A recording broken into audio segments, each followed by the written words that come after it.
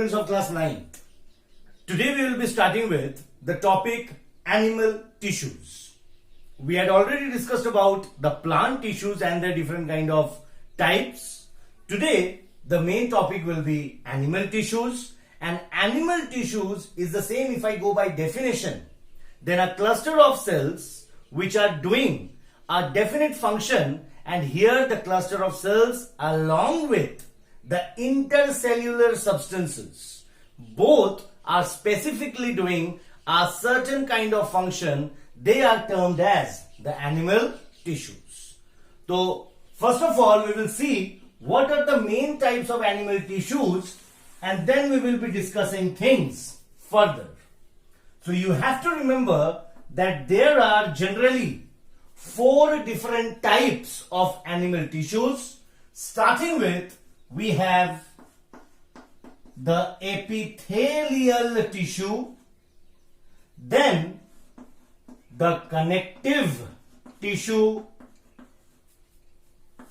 third one is your muscular tissue, and finally we have the neural tissue. Okay, so first point you have to remember that there are 4 different kinds of animal tissue: epithelial, connective, muscular, and finally we have the neural. Before going on to each of the tissues, let us first of all prepare a chart and see that what are the different kind of subheadings or subtype of tissues under each particular type. So beginning with the epithelial tissue, if I say epithelial, then this consists of 2 parts. It will be the simple epithelial tissue or the compound epithelial tissue. Okay? In simple, we will be having the squamous epithelium, the cuboidal epithelial, columnar, ciliated, and finally we have the glandular. And in compound we generally have stratified epithelium. Okay, so let us have a look. Epithelial tissues actually make the covering. We will be going into the details. So in epithelial, if there is a single layer of cells present, then it will be the simple epithelial tissue, and if there will be more different layers of cells, then it will be a compound. So in simple we have squamous, we have cuboidal, we have columnar, ciliated, and finally we have the glandular tissues. Whereas in compound we have generally the stratified kind of, strata means layer. ठीक? तो compound के अंदर होता है stratified type of tissue. If I talk about connective tissue depends on the type of matrix or the ground substance which is present. If the ground substance is loose, then we will be considering as the loose connective tissue. And in loose connective tissue, we have the areolar kind of tissue and we have the adipose tissue. Clear? If I talk about dense connective tissue, then we will be having the tendon and we will be having the ligament. And finally, if I talk about the specialized connective tissue, then we will be having first of all the bone, cartilage, and finally the blood. So let us have a look into the connective type of tissue. Connective tissue deals with having the matrix, उसका ground substance कैसा है, और जैसा ground substance होगा वैसे वैसे उसको हम लोग नाम देंगे according to the loose, the dense and some specialized function. Loose connective tissue के अंदर हो जाएगा areolar tissue and adipose. In dense connective tissue we will be having the tendon and the ligament, and in specialized connective tissue we will be having the bone, the cartilage and the blood. So these are all the type of connective type of tissue. If I talk about the muscular tissue is subdivided into generally three types. First we will be having the striated or skeletal muscular tissue. Clear? Then we will be having unstriated or smooth muscular tissue. And finally we will be having the cardiac tissue. Okay? Don't worry, we will be highlighting each and every part in our classes in to go. Clear है? हम लोग एक एक चीज को पकड़ के और उसके बारे में विस्तार से पढ़ाई करेंगे. So in muscular tissue we will be generally having three kind of subdivisions, that is the striated or the skeletal tissue, we'll be having the smooth muscular tissue, and finally we will be having the cardiac tissue.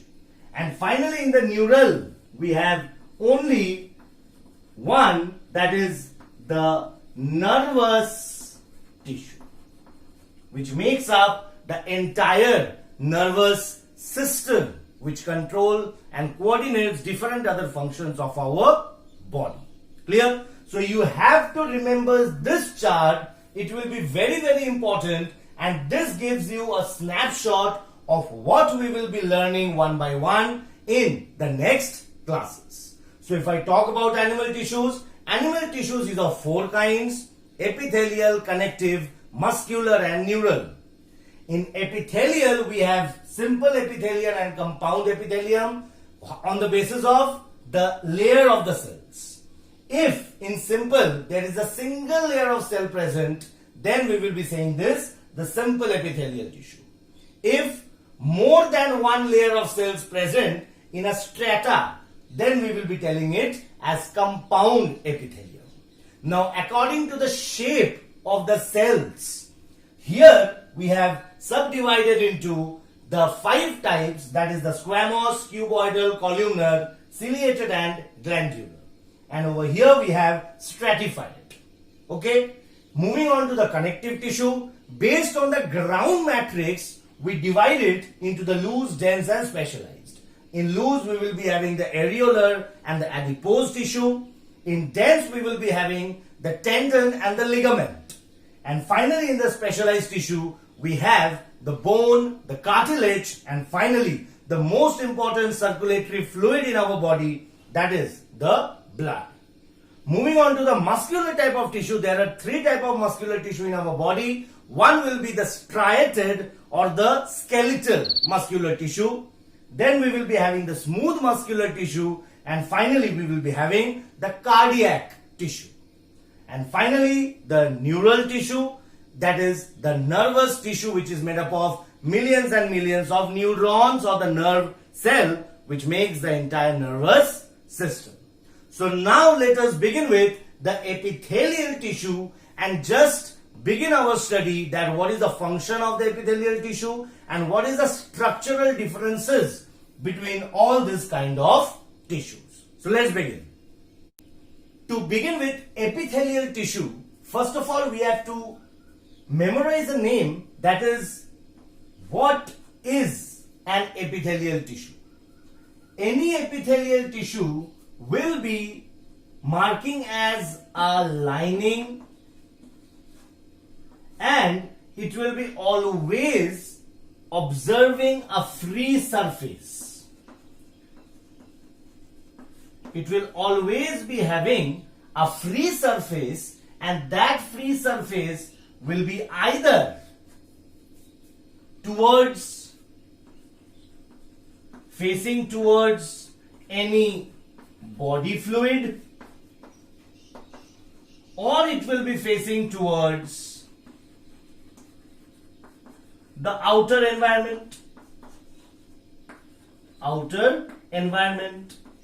If I take the example of suppose any organ, suppose this is an organ and here is the double lining of the organ. यह आपका environment है. So this lining over here, the outer lining over here will be facing the environment and the inner lining will be facing the body fluid which is inside the organ itself. So these are the two epithelial tissue. The outer membrane is also made up of an epithelial tissue and the inner one is also made up of epithelial tissue. The outer one is facing the outer environment and the inner one will be facing the inside body fluid. Okay, so both of them is having a free surface. So this is very important. All the epithelial tissues will be having a free surface which either faces towards the body fluid or rather it faces towards the outer environment. Next we can say that these epithelial tissues always forms a lining or covering of all of some parts of our body. What it provides? It provides lining and covering of the different parts of the body. It helps that to cover. बाहर से भी cover कर रहा है, अंदर से भी covering या लाइनिंग कर रहा है उस पर्टिकुलर ऑर्गन को. सो ऐसे टाइप ऑफ टिश्यूज को ही हम लोग नाम देंगे एपिथेलियल टिश्यूज. अब एपिथेलियल टिश्यूज को on the basis of the number of layers, obviously tissue है तो टिश्यू किससे बना हुआ होगा? सेल से बना हुआ होगा. अब वो सेल्स के arrangement based on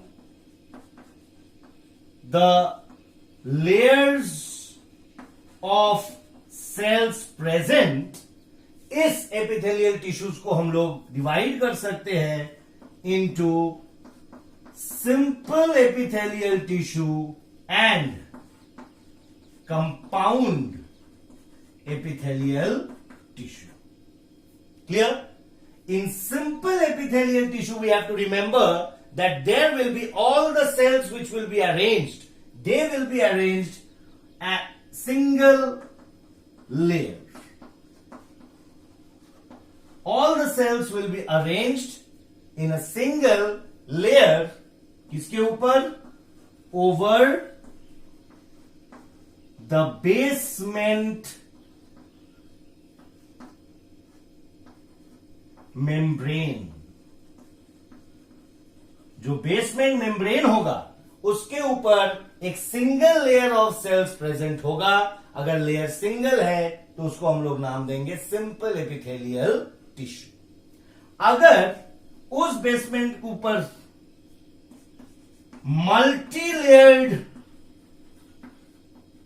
multi-layered cells are present over the basement membrane,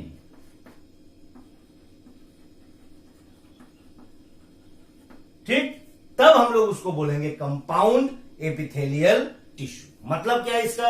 अगर मैं यहां पर बेसमेंट मेम्ब्रेन की बात करूं तो suppose this will be your basement membrane suppose, और इस बेसमेंट मेम्ब्रेन के ऊपर अगर एक सिंगल लेयर ऑफ सेल्स ही प्रेजेंट होता है. These are all the different type of cells which are present over the basement membrane. तो बेसमेंट मेम्ब्रेन में बोल सकता हूं इसको, ठीक, और सिंगल लेयर ऑफ सेल्स में बोल सकता हूं इसको, ठीक. तो ऐसा जिसके अंदर होगा स्ट्रक्चर जिसको हम लोग नाम दे सकते हैं सिंपल एपिथेलियल टिश्यू. बट वहीं पे अगर मैं बात करूं मल्टी लेयर के अंदर, so again this will be your basement membrane. यहां पर अगर सपोज करो ये एक लेयर है, इसके ऊपर एक दूसरा लेयर है, एक तीसरा लेयर ऑफ सेल्स है, तो देखो यहां पे बहुत सारे लेयर्स में आपके सेल्स प्रेजेंट हो रहे हैं। ऐसा जहां पे मल्टी लेयर्ड होगा, इसको हम लोग नाम देंगे द कंपाउंड एपिथेलियल टिश्यू। कोई दिक्कत? तो इसका एक्चुअली काम क्या होगा? सिंपल एपिथेलियल का मेन काम होगा, it allows diffusion, it allows osmosis, it allows absorption, secretion, ये सारे के सारे काम करेगा। ठीक, मेनली काम क्या है? It forms the lining. इसका क्या काम हो जाएगा? ये सारे काम तो करेगा ही करेगा, बट क्योंकि मल्टी लेयर्ड है, तो apart from all this functions they will also help in providing protection to the delicate organs। ठीक है, क्योंकि ये बहुत ही मल्टी लेयर्ड हो जा रहा है, तो ये शॉक प्रूफ बन जाएगा, और शॉक प्रूफ बन के ये आपका काम किस पे करेगा? It will also be providing protection. तो एक प्रोटेक्टिव मेजर के लिए आपका कंपाउंड एपिथेलियम टिश्यू यूज हो रहा है। चलिए दोबारा देख लेते हैं। एपिथेलियल टिश्यूज की बात करते हैं। सबसे पहले चाहिए हमें फ्री सरफेस। एक सरफेस जो अंदर बॉडी फ्लूइड्स की तरफ होगा, दूसरा सरफेस जो बाहर की तरफ होता है। तो always there will be a free surface, and जो भी आपके ऑर्गन्स वगैरह या पार्ट्स ऑफ द बॉडी में होगा, it will provide a lining और a covering to that surface. Clear? Based on the layers, number of layers of the cell, हम लोग इसको दो हिस्सों में डिवाइड करते हैं। एक सिंपल एपिथेलियल, मतलब जहां पे सिंगल लेयर प्रेजेंट होता है, एक single layer over the basement membrane. यहां पर मल्टी लेयर्ड में होगा over the basement membrane. Clear है? अब हम लोग चलेंगे what are the different types of the simple epithelial tissue, और उसके अलग अलग फंक्शंस क्या है हम लोग देखेंगे। चलिए, now if I talk about the different types of simple epithelium, we have to start with the squamous epithelial tissue. In squamous, we have to first remember the point that the type of, because it is simple, so all the cells will be present in a single layer. ये हमें पता है कि simple है, तो जितने भी आपके सेल्स होंगे वो सारे एक ही पर्टिकुलर लेयर में आपका होगा। किसके ऊपर? बेसमेंट मेम्ब्रेन के ऊपर। स्क्वैमोस के अंदर हमें सबसे पहले जो ध्यान रखना है, जितने भी सेल्स होंगे यहां पे, all will be flat square shaped cells. ठीक है, क्लियर है? फर्स्ट पॉइंट क्या होगा ना, जितने भी आपके सेल्स होंगे वो फ्लैट स्क्वायर शेप्ड सेल्स होगा। कोई दिक्कत? नंबर 2, जितने भी यहां पे सेल्स होंगे उनके अंदर जो बाउंड्रीज होंगे, they will have irregular cell boundaries. कोई दिक्कत? और इनके अंदर they will be very well compactly packed. Packing कैसा होगा? बहुत ही कॉम्पैक्टली वो पैक होके रहेगा ओवर द बेसमेंट मेम्ब्रेन। मतलब अगर मैं यहां पर दिखाऊं, again if I talk, suppose this is your basement membrane, so इसके ऊपर जैसे बिल्कुल एक लेयर ऑफ सेल्स हमें पता चलेगा।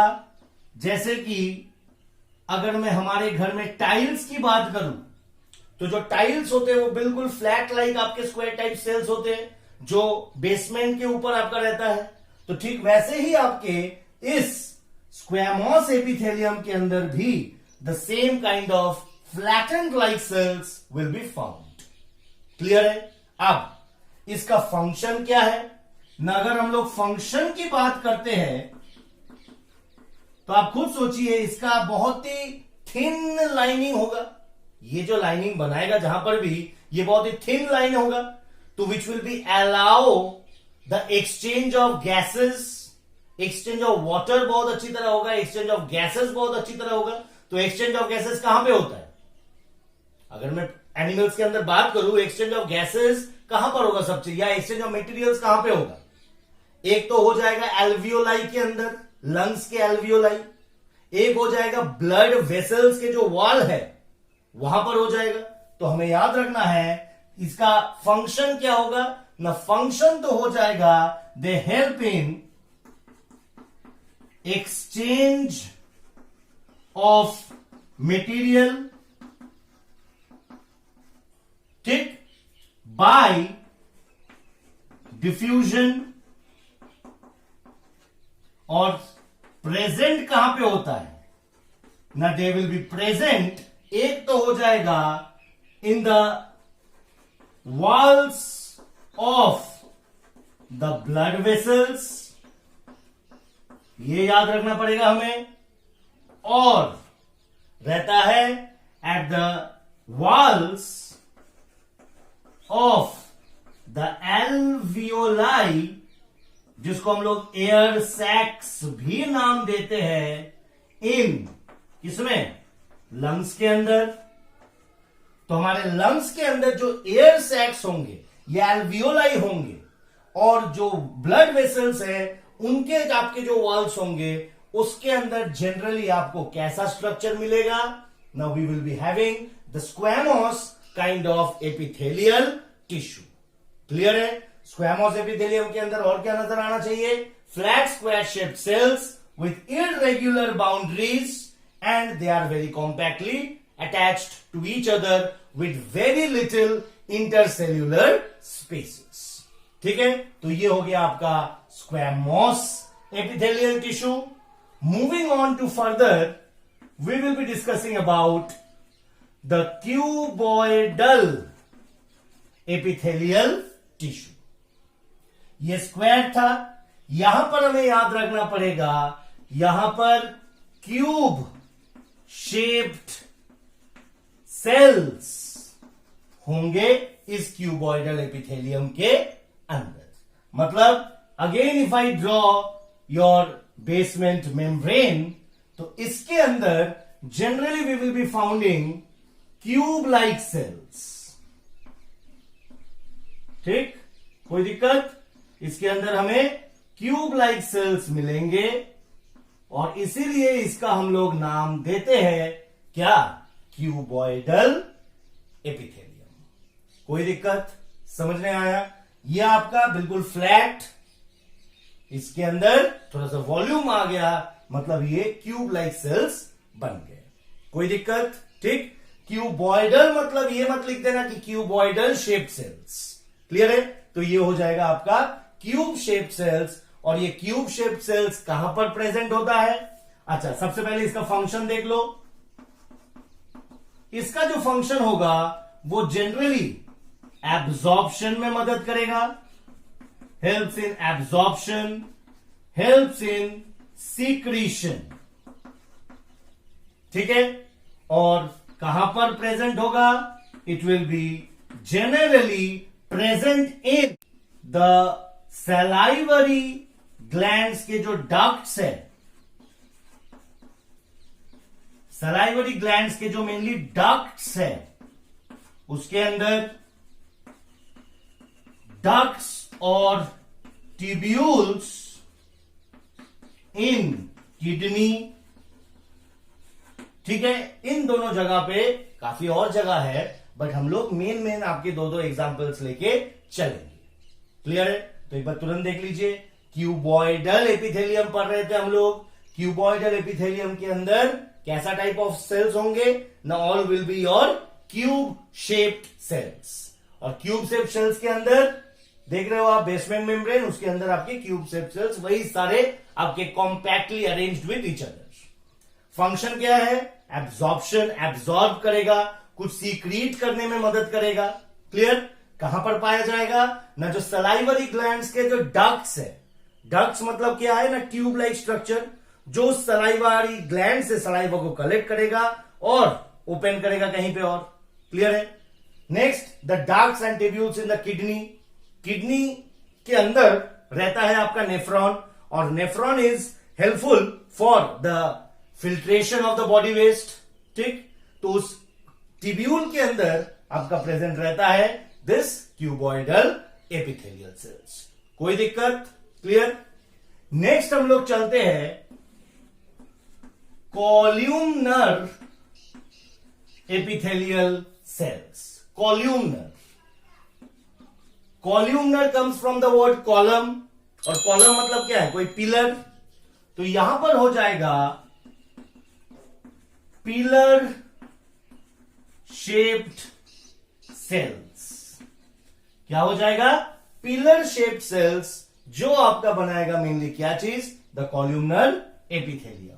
वही same if I draw a basement membrane, तो इसके अंदर जनरली क्यूब लाइक स्ट्रक्चर्स के ऊपर बहुत ही ज्यादा लंबे लंबे, अगर मैं कॉलम लाइक या पिलर लाइक स्ट्रक्चर की बात करूं, तो ये जो आपके सेल्स हो जाएंगे, ये सेल्स होंगे योर द कॉल्यूमनर एपिथेलियम। कोई दिक्कत है समझने के लिए? क्लियर है? तो देखो धीरे धीरे हाइट बढ़ रहा है, ये बिल्कुल फ्लैट था, क्यूब लाइक हुआ, ये हो जाएगा कॉल्यूमनर एपिथेलियम। इसका भी अगर हम लोग फंक्शन की बात करते हैं, तो इसका भी फंक्शन हो जाएगा इन एब्जॉर्प्शन, सीक्रीशन, एक्सक्रीशन, ये सारे आपके ये काम कर जाएगा। और ये प्रेजेंट कहां पे होता है ना? प्रेजेंट आप जनरली याद रख लेना इन द नेफ्रिक टेब्यूल्स। और एक मिनट, ये याद रखना in the lining of the intestine. कहां पर प्रेजेंट होता है? In the lining of the intestine में आपका रह जाएगा ये कॉल्यूमनर टाइप ऑफ टिश्यूज। कोई दिक्कत? Now columnar type of tissues के ऊपर, this is your fourth kind, columnar type of tissues के ऊपर ही अगर आपके रह जाएगा, पहले मैं कॉल्यूमनर बना लू एक बार, ये हो गया मेरा columnar type of pillar like cells. अगर इस टिश्यू के ऊपर आपके hair like, fine hair like projections या cilia present, then this type of columnar epithelial tissue in which one free surface will be having cilia, इसी को हम लोग नाम देंगे ciliated epithelial tissues। मतलब क्या है? जिन कॉल्यूमनर सेल्स के ऊपर hair like, very fine hair like cilia जिसके अंदर प्रेजेंट होगा, cilia is present over the surface, उस टाइप ऑफ सिलिएटेड एपिथेलियम को हम लोग नाम देंगे क्या? Ciliated epithelial tissue. मतलब क्या है? Now this presence of cilia over here, these are your cilia. ये जो स्ट्रक्चर्स है ये आपके क्या है? ये है आपके सीलिया। तो ये सीलिया के प्रेजेंस क्या हेल्प कर रहा है ना? सीलिया इज हेल्पिंग, इसका मेन फंक्शन हो जाएगा, it will be allowing movement. और जनरली किसका मूवमेंट करवाएगा? अलाउइंग मूवमेंट ऑफ म्यूकस, ठीक, जो वाटरी सब्सटेंस है, क्लियर, उसको आपका आसानी से मूव करवाने के लिए मदद करेगा दिस सीलिएटेड एपिथेलियल। क्लियर? तो ये कहां पर प्रेजेंट होता है? बहुत ही लंबा लिस्ट है, आप याद रखिए। एक तो हो जाएगा ट्रैकिया के अंदर और द विंड पाइप, एक हो जाएगा जो आपके डक्ट्स है, that is like the oviduct in females, sperm duct in the mails, clear. उसके बाद जो आपके और एक्स्ट्रा जैसे the ilium portion of the intestine, the small intestine, जहां पे आपका विलाई प्रेजेंट होता है, तो वहां पर भी हमें ऐसे kind of ciliated like structure present मिलेगा। क्लियर है? इसका मेन फंक्शन क्या हो जाएगा? इसका मेन फंक्शन हो जाएगा they will be allowing movement of the mucus throughout the body. कोई दिक्कत? रह गया हमारे पास सिर्फ एक, that is the glandular epithelial tissue, जो अभी हम लोग डिस्कस करेंगे। तो आप देख लो, आपके सामने स्क्वेमोस, क्यूबॉइडल, कॉल्यूमनर और ciliated kind of structures present हो गए। क्लियर? अब हम लोग चलेंगे in the last part of this chapter, that is this topic of the epithelial tissue, that is the glandular epithelium. ठीक, चलिए अब हम लोग डिस्कस करेंगे the last, that is glandular epithelial tissue. Clear? Glandular epithelial से हमें समझ में आता है समथिंग रिलेटेड टू ग्लैंड। तो ये ग्लैंड फॉर्मेशन कहां से होता है ना? कभी कभार सपोज करिए ये आपका एक ऑर्गन हो गया, इस ऑर्गन का ये जो इनर पोर्शन है, इस इनर पोर्शन का जो एपिथेलियल टिश्यू है, ये सपोज करिए this forms an infolding, and this infolding के अंदर आपके सेल्स हो जाते हैं और ये बन जाता है एक proper gland secreting certain kind of juices. तो एक्चुअली अगर ग्लैंड्यूलर की बात करेंगे हम लोग ना, ये किससे एक्चुअली बना हो रहा है? इनफोल्डिंग्स, कुछ इनफोल्डिंग्स होगा ओवर द एपिथेलियल टिश्यू, और एपिथेलियल टिश्यू के अंदर जब इनफोल्डिंग्स हो जाएगा तो उस कैविटी या स्पेस के अंदर अब वो डिफरेंट टाइप ऑफ जूसेस या एंजाइम्स बनाते हुए चला जाएगा, और तब जाके एक formation of a gland will be happening. So that kind of a tissue which forms a gland and which marks the lining of that gland, that will be known as the glandular epithelial tissues. कोई दिक्कत?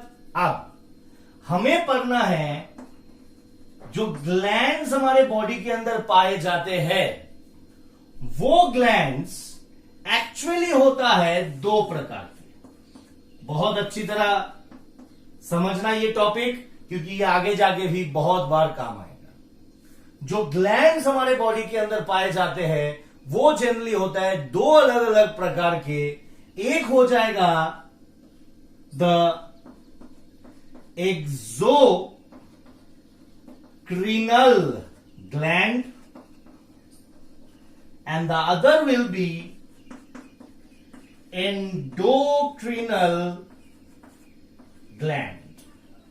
You might be heard about these words when you are reading the chapter adolescence in class 8. There are two types of glands which are found in our body.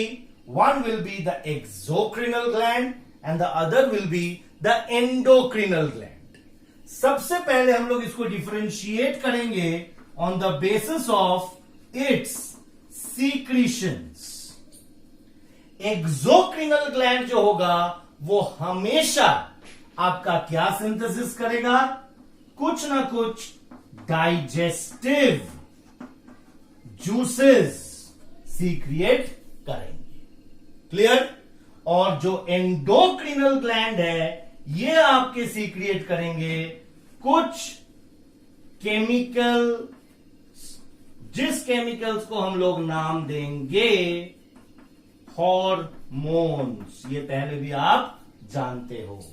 तो hormones जिस gland से आपका synthesis होके release होगा, those glands are called endocrinal glands, और जिस gland से digestive juices आपका निकलेगा उसको हम लोग नाम देंगे एक्सोक्रिनल ग्लैंड्स।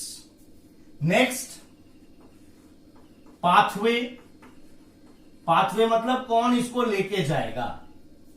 सपोज करिए ये आपका एक एक्सोक्रिनल ग्लैंड है, and this is the organ where the secretions of this will need to pass.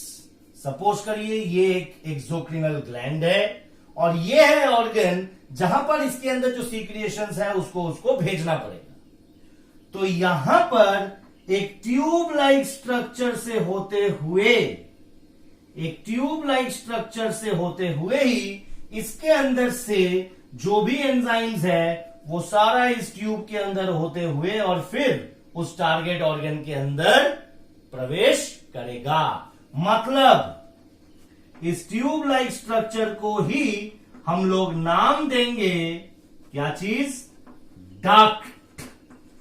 इसको हम लोग डक्ट्स नाम देंगे. क्लियर? वेरएज अगर मैं एंडोक्रिनल ग्लैंड की बात करूं तो suppose again this is your endocrinal gland and this is suppose the target organ जहां पर इसके सीक्रिएशंस को जाना है.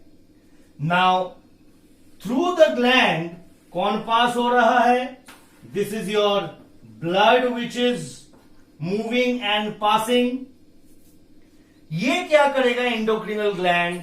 इसके पास कोई भी आपका ऐसा ट्यूब लाइक स्ट्रक्चर नहीं होगा जिसके माध्यम से वो उस सीक्रिएशंस को इसके पास भेजे. तो अगर ट्यूब लाइक स्ट्रक्चर नहीं है तो ये क्या करेगा? डायरेक्टली ये जितने भी आपके एंजाइम्स है या हार्मोन्स है वो रिलीज करेगा ब्लड के अंदर. ब्लड जैसे मूव करेगा, ब्लड मूव करते हुए इस केमिकल हार्मोन्स को लेके और इस टारगेट ऑर्गन तक लेके आएगा. मतलब क्या है? इसके अंदर कोई डक्ट्स नहीं है तो इसीलिए हम लोग इसको बोल सकते हैं they are ductless glands. कोई डक्ट नहीं होगा और इसके अंदर डक्ट्स हो जाएगा. ये डायरेक्टली ब्लड के अंदर रिलीज नहीं करेगा. ये अपने सीक्रिएशंस को डायरेक्टली रिलीज करेगा. कहां पर? Into the blood. डायरेक्टली ये ब्लड के अंदर अपने सीक्रिएशंस को रिलीज कर देगा. क्लियर है? अगर हम लोग एग्जाम्पल की बात करते हैं, अगर मैं यहां पर बोलूं the salivary glands, gastric glands, जो गैस्ट्रिक जूसेस कर सकता है, तो ये सारे के सारे जो ग्लैंड्स हो जाएंगे ये हो जाएगा आपका एक्सोक्रिनल ग्लैंड के examples. And if I say about the endocrinal gland, so you know the master of all the endocrinal glands किसको बोलते हैं हम लोग? Pituitary gland. So pituitary gland हो गया, थायराइड ग्लैंड हो गया, ठीक, एड्रिनल ग्लैंड्स हो गया. ये सारे के सारे जो हो जाएगा, this will be which will releasing hormones directly into the blood. All this will be considered to be the endocrinal glands. कोई दिक्कत समझने में? क्लियर है? तो ये तो दो टाइप के आपके ग्लैंड्स हुए. हमारे बॉडी के अंदर कुछ ऐसे भी ग्लैंड्स है जिसको हम लोग नाम देंगे heterocrinal glands. Now what do you mean by heterocrinal? Homo और हेटेरो. हेटेरो मतलब एक मिक्सचर, मतलब ऐसे glands which act as both exocrinal and endocrinal. समझ में आया? ठीक है. हेटेरोक्रिनल ग्लैंड्स ऐसा ग्लैंड होगा, मतलब सपोज करिए if I talk about the example pancreas. ठीक, ये ग्लैंड है हमारे बॉडी के अंदर. अब ये जो पैंक्रियाज है, ये अगर एक्सोक्रिनल फंक्शन बोलेंगे तो डाइजेस्टिव जूस क्या निकालेगा? The pancreatic juice. It will release the pancreatic juice. And if I talk about the endocrinal function of the pancreas, that is, it will be releasing certain hormones. So which hormone is released by pancreas? Hormone insulin, that takes care of the glucose level in our blood. ठीक, तो ये जो pancreas हो गया, ये pancreas आपके एक हेटेरोक्रिनल gland के बहुत अच्छा एग्जाम्पल हो गए. Clear? There are many more to find out. ये आपके ऊपर होमवर्क है कि what are the different types of heterocrinal glands in our body with examples. Heterocrinal समझ में आया?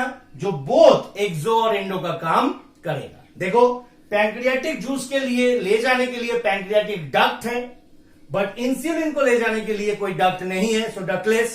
सो they will be releasing directly insulin into the blood. Clear? So इस type of glands को हम लोग हेटेरोक्रिनल ग्लैंड्स बोलते हैं, जो दोनों काम एक साथ करते हैं. क्लियर है? ठीक. तो आपका हो गया exocrinal, heterocrinal and endocrinal in the glandular epithelial tissues. So by this we have completed the epithelium or the epithelial tissues. In our next class I'll be discussing about the connective tissue in detail. कोई दिक्कत? पढ़ते रहिए, notes follow कीजिए. Till then, thank you.